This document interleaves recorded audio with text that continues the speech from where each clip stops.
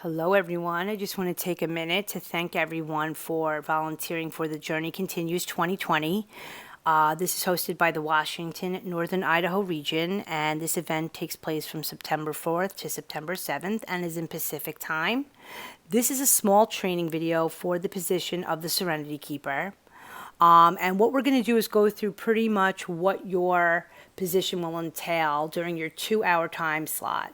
And what to do when someone is disrupting the atmosphere of recovery and what that means, and what to do when someone is unaware that their video is on, and what to do and how to rename someone that might need to be renamed. So, first thing we want to do is just make sure that your Zoom app is up to date and has the latest version. And this needs to be done way before the time slot of the event that you are volunteering for. And what you're going to do real quick, this is very simple. If you can see on my screen here, there's a little cogwheel. This is what you would press on to get to where we need to get to on an iPad or a tablet. And if you're using a desktop or a laptop, you're going to go to the still pic you've chosen. If there is no still pic, it will be your initials. Click on it. You're going to go down to check for updates, and you're going to click on it. And if you are up to date, it will give you a prompt like you are seeing right now on the screen that you are up to date. The latest version of Zoom to date is 5.2.1. If you do have an app that needs to be installed, it will let you know that there is an update available. You will press install, and within 30 seconds, you will receive the same prompt that you are staring at right now, and your Zoom platform is updated. Okay, so again, we want to thank you for your time this weekend, and we want to make sure that you read all the instructions on the document that you receive way before your time slot. The day of your actual time slot, we want to make sure of a couple things. One, please sign into Zoom 10 to 15 minutes before your scheduled start time. And again, not to forget, these time slots are a minimum of 2 hours and are in Pacific time. And it's also really important that you put a pair of earbuds in, a headset or earphones, and that you're in a very, very quiet place. No barking dogs, no yelling kids, no loud radios, no TVs. We want to make sure to prevent any sound that will disrupt you from doing what you have to do during your time slot. Also super important to remember that this position is all about you scanning a room and looking for things that are off to fix. And what we need to remember is that there's going to be speakers and a lot of visual things going on that you will not be able to unfortunately engage in, so that you can focus on the task at hand, which is maintaining an atmosphere of recovery. Okay, so I just want to take a minute to go over the titles and the position details of the people you will be serving with the day and time slot of the event. So, first off, 10 to 15 minutes early, what you're going to do is you're going to sign into Zoom for the event, and you're going to contact the host tech. There is only one host title per 2 hour slot, and that is going to be the tech. And that tech person, their job is to assign the co-hosts their co-host titles. They are the only people that can do that. So once you sign in 10 to 15 minutes early, you private chat this host tech, and you're going to let them know you are there, what your position is. And at the end of their 2 hour slot, you will be assigned a title of co-host for your slot coming up. These people, these host techs, they are the only people that will deal with things in relation to the Zoom platform. Any glitches, any shutdowns, they are, again, the only people that can assign a co-host title, as well as, and this is important for the waiting room greeter, as well as the breakout room information co-host. They're the only people that can put a participant in a breakout room. They are the only people that have that capability. So again, you have one tech host during your 2 hour time slot, and it's important that you get to know that person. You have 4 co-host titles, including yourself, per 2 hour slot. I'm just going to go over the 4 co-host titles. We have the co-host chairperson. This is the face and voice of the meeting. They're the person that shares contents. They read the opening format. They also will introduce the speakers. They will share screen in relation to audio content and video content. So these are the people that will, again, be chairing the meeting. And then you have the waiting room greeter. This is the face and voice of the NA Welcoming Committee. They identify guest participants, and what they will do is they will either place a participant into our main meeting from breakout room 1, or they will be able to, if a hand is raised, place a participant into our breakout room 2, which will be where all information will be provided for people who want to donate and stuff of that nature. Also, the waiting room greeter is someone who is going to rename our participants before they go further into the event. And that will include the first name of the person as well as their home state, their home region. So, for example, I would be Sam, New York. So then your breakout room information support co-hosts, they're pretty much all things NAWSNA.org, Recovery Companion app, as well as the NA Meeting Finder app. These people are proficient with NA.org.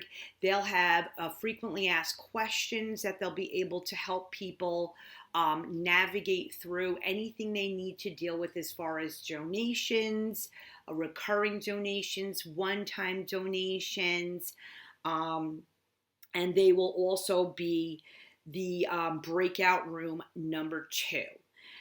So that's what they do. Then you have the Serenity Keeper co-host, and this is the person that is more of our atmosphere of recovery maintainer in our live meeting. They have a couple of things they have to do. What they have to do is make sure any of our active videos are not streaming porn, are not streaming something violent, are not streaming something that is disrupting our atmosphere of recovery. And that also includes our default pics or still pics.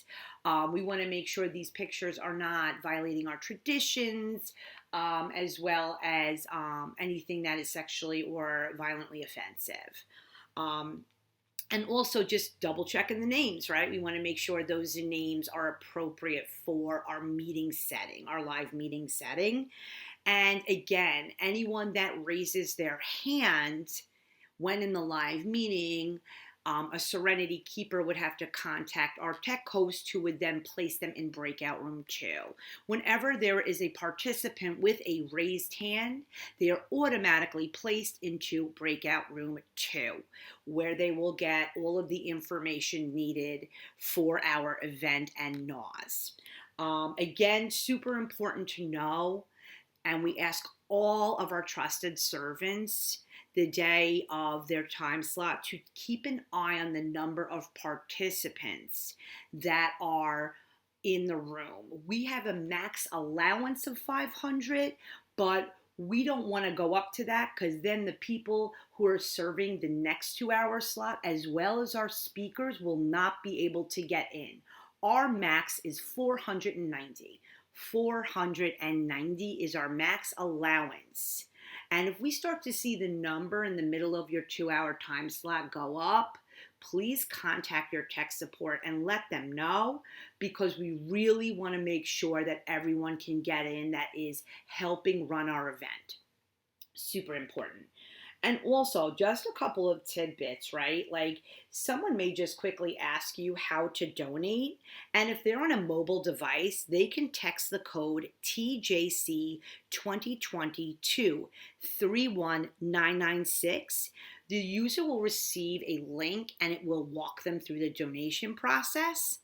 And also, if the person is on a computer and says, hey, I'm on a computer, I'd like to donate, all you have to do is tell them to visit thejourneycontinues2020.org, no spaces, and click on the donate button, which is actually next to the live video that's streaming on that website.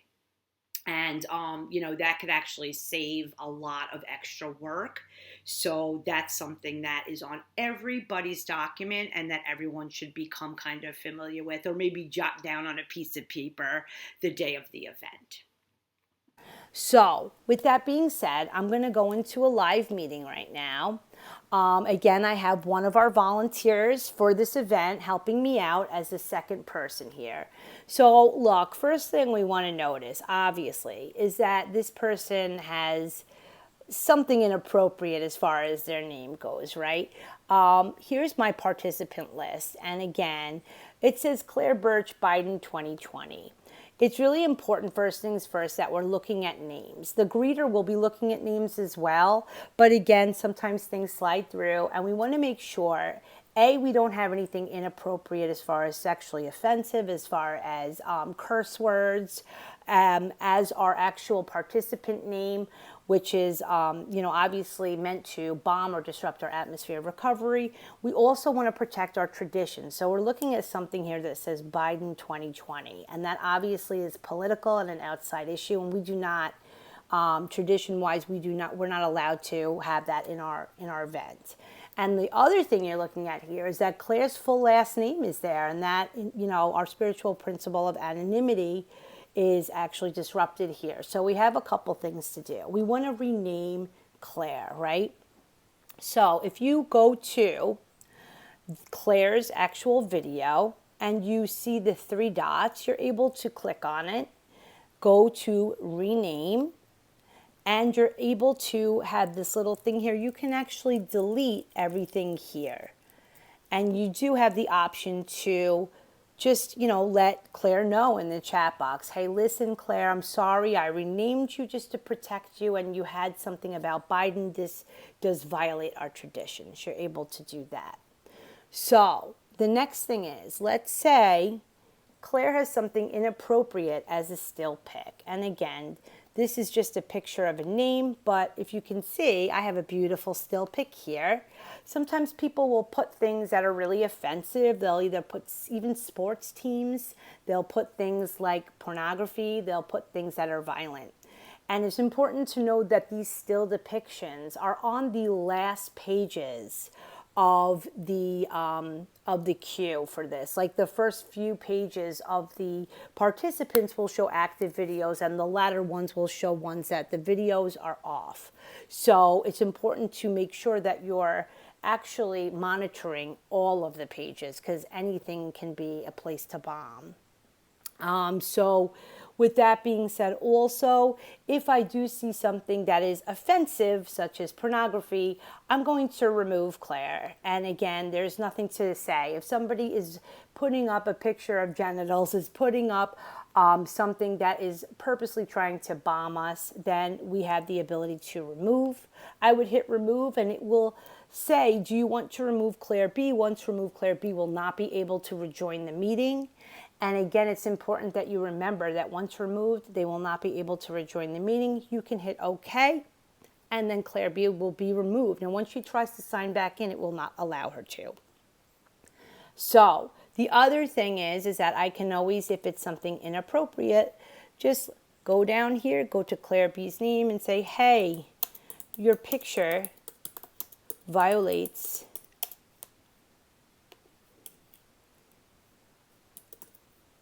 our traditions. Can you please change it? Okay? So again, I can privately let her know. And again, if this is something that she won't do or doesn't answer, we have to take action from there. And that's either something you can do at your discretion, whether remove or even talk to somebody else for some guidance. So there's that. All right, so I'm just going to quickly ask my beautiful Claire B. I'm going to ask her to start her video. Okay, this is Claire B. This is one of our volunteers for this event this weekend, actually. And what I'm going to show you how to do is stop her video, right? It's super important you know the difference between stopping a video due to someone not being aware their camera's on and someone who's purposely trying to bomb and disrupt our atmosphere of recovery. So let's say we have beautiful Claire B here, and she has her camera pointed at her, let's say her breast area. What I can do is protect her, right? We want to make sure that she's still able to enjoy our event, and she might be unaware, or she could be going to the bathroom with like her her camera on, we have the ability to stop her video. So again, you would go to her actual video, stick your arrow on there, the three dots will come up, and you hit stop video. What's important to know is that after I do this, Claire will not be able to restart her own video unless she is given permission to by the hosts or co-hosts. What I would do after this is just say, hey Claire, we had to stop your video to protect you because it was placed inappropriately. Okay, just to let her know, like she's going to go to turn this on and not be able to do it, and we're able to inform her. She might be able to chat me back and say, oh my gosh, I'm so sorry, I'm embarrassed. Can you please turn my video on, right? Okay, I didn't realize. Can you please restart? Absolutely, we can. Again, going to put our arrow on Claire's video, hitting the three dots, ask to restart video. She will get a prompt that asks her to restart, and she is back, okay? Hello, Claire. So the other thing is, again, which I showed you before with the picture, if Claire is coming on and using on screen, on purpose, like we have people that do that. If Claire is coming on screen and dropping her pants and showing her stuff or putting up pornography, she gets a remove pass. She's out of here. That's someone who is purposely trying to disrupt our atmosphere of recovery, is purposely trying to disrupt our event. So we want that person out. And again, there's a very distinct difference between unawareness and bombing. Again, you would hit your three dots. You would go down to remove, and again, it would let you know that Claire B is the person you're removing, and once removed, she will not be able to rejoin the meeting, okay? So there's that. You hit okay, and she's gone. So that's what you would do as far as maintaining the room and the atmosphere of recovery.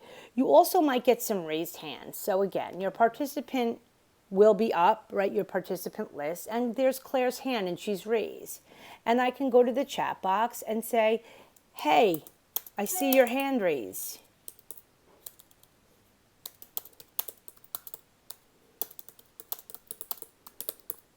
What can I do for you? Right? So, and I could learn how to spell as well during the process. I need to share, please unmute. Perfect. Okay, so again, this is something that you would actually move over to your co-host chair so that they can share. What if Claire says to you, I would like to donate. I am on a computer. As told before, we could say, hey Claire, hey, on a computer, you can go to the Journey Continues 2020.org. Okay, and if you're on your mobile, on a phone, please text TJC 2020, and I'm going to look this up because I already forgot.